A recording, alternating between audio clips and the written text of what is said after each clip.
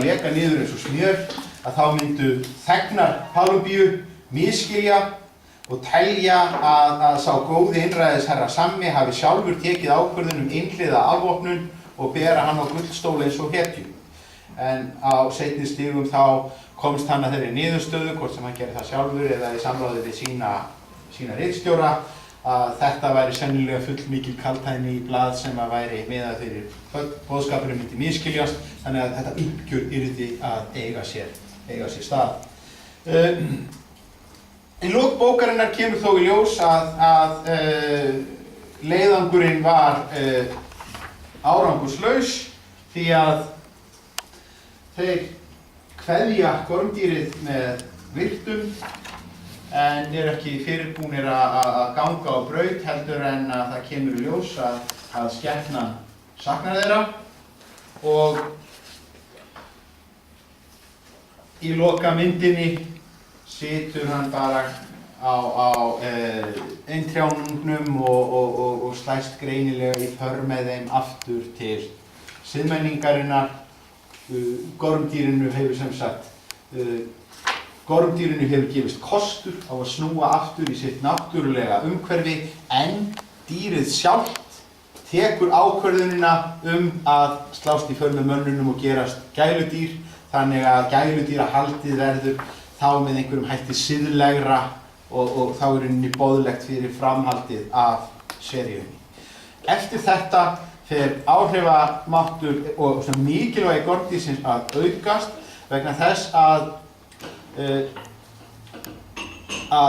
í hverri bók kemur í ljós nýr eiginleiki eða kraftur, þannig að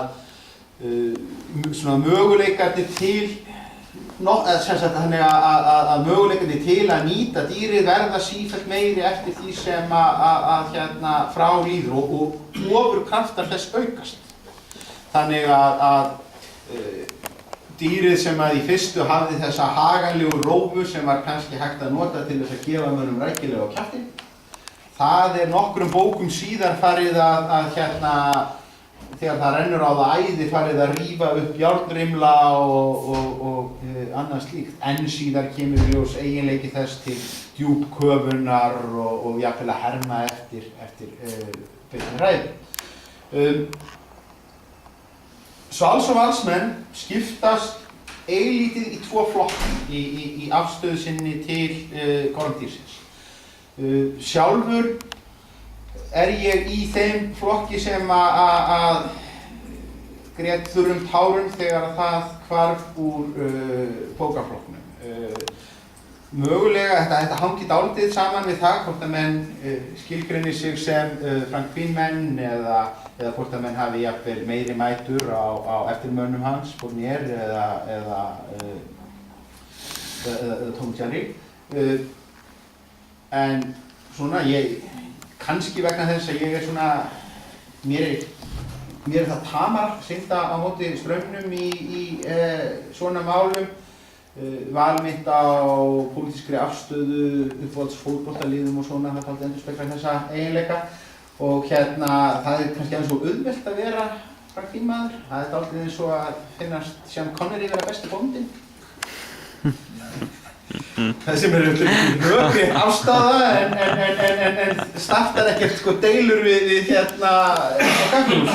Þannig að þó ekki sé nema þess vegna, þá hef ég reynt að hampa Fournier meira og þar af leiðir að maður hefur smá ímugust á gormdýrinu. En þessi afstæðing reyndar, hún ristir dýpra. Vandinn við gormdýrið að það er of nærri því að hafa ofurkraft. Það er of nærri því að vera yfirnáttúruleg persóna þegar að það skiptir engu máli í hvaða dýflissu óvinirnir eru búnir að koma sval og val. Það snýst bara það að helvítis gormurinn hafi upp á þeim og geti þá rífið upp hvaða hurð. Þá er þetta alltaf svona eins og bara Guð í maskinunni. Það er ekki þetta er of einfalt. það er dálítið afstaða mín til dýrsins og þessi, sko, og síðan verður það ljóst að það verður nánast til vansa í bókaflokknum hvað Frank Quinn finnst miklu skemmtilegar að teikna gorminn heldur en aðrar persónurnar og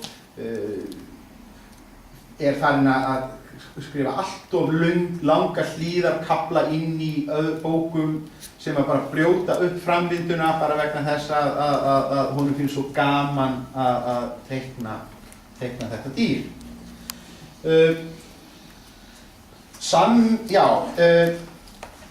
Það er náttúrulega, það er dálítið kjánalegt í baráttunni arfinn að Sammi skuli snúa aftur sem illmenni eftir að hafa orðið góður í fyrri bók og Frank Quinn sjálfur viðurkenndi að þetta væri galli. Að þetta væri óheppilegur viðsnúningur á persónunni en lét sig hafa það vegna þess að hann áttaði sig á því að þetta væri mjög hentugt illmenni. Söguþráðurinn var Palumbía og þá er það ágætt að vera með aukapersónu sem þegar var búið að kynna til sögunar og var akkúrat stödd í því landi. Og af aukapersónum sem við sjáum í þessari bók er að sveppagrefinn sem til þessa hefur alltaf starfað einn og því leyti svona tikkaði í enn eitt boxið í skilgreiningunni á hinum brjálaða vísindamanni. Bara í bókmenntum þá er eitt einkenni á óða vísindamanninum er að hann starfar sjaldnast sem hluti af samfélagi, vísindasamfélagi, hann starfar einn. Og það að sveppagrefinn sé farin að eignast samverkamenn, að það sé heimi vísindamanna sem allir eru í hvítum sloppum og allir jafn brjálæðislega útlítandi, það er mörguleyti til marks það að hann sé að vera hefðbundnari vísindamaður og minna geggjaður. Félagar hans sem heita Schwarz og Black á frönsku, sem þá sem sagt bæði enska og þýska heitið á svartur, þeir voru ágætlega þýddir í íslensku útgáfunni sem Duftur og Sultur, sem er samt nokkuð frávik. Almennt séð eru íslensku þýðingarnar hjá Jóni Gunnarsinni og síðar Bjarna Frímanni Karlssyni, þær eru ekkert mjög ævintýragjarnar. Við erum Svals og Vals þýðingarnar, þær eru góðar, stundum eru skemmtileg nöfn á persónum eða örnefnum, en í grunninn er verið að fylgja textanum. Það er engin munur, það er engin stórvægilegur munur á að lesa þessar sögur á íslensku eða til dæmis dönsku. Öfugt við til dæmis Ástríksbækurnar sem að öðrast algjörlega nýja vídd. Og þær eru þýðingin, íslenska þýðingin á Ástríksbókunum gengur svo langt í að búa til orðaleiki, brandara, pólitískar vísanir, að það er nánast eins og verið sé að semja verkin frá grunn. Svalur og Valur þeir gera þetta bara mjög vel en eru ekkert að bregða mikið á leik. Ég hef mjög sjaldan rekist á í íslensku Svals og Vals bókunum nöfn eða vísanir sem eru pólitískir brandarar sem tala alveg til samtímans. Það er ekkert verið að djóka með Geir Hallgrímsson í einhverjum eða óðaverðbólguna í þessum þýðingum.